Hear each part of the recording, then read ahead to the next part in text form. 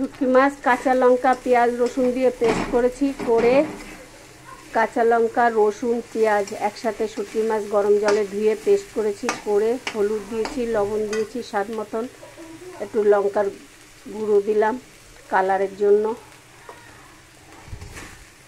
এইটা হলো বাটা। আপনাদের যদি ভালো লেগে থাকে একটা লাইক শেয়ার সাবস্ক্রাইব করে দেবেন। বাটা এরকম করে করে খেয়ে দেখবেন। লোটে মাছের শুটকি, লোটে শুটকি খুব সুন্দর টেস্ট হয়।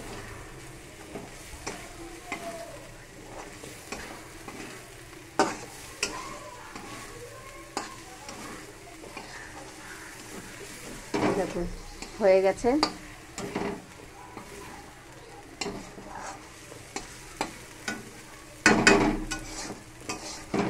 হয়ে গেছে।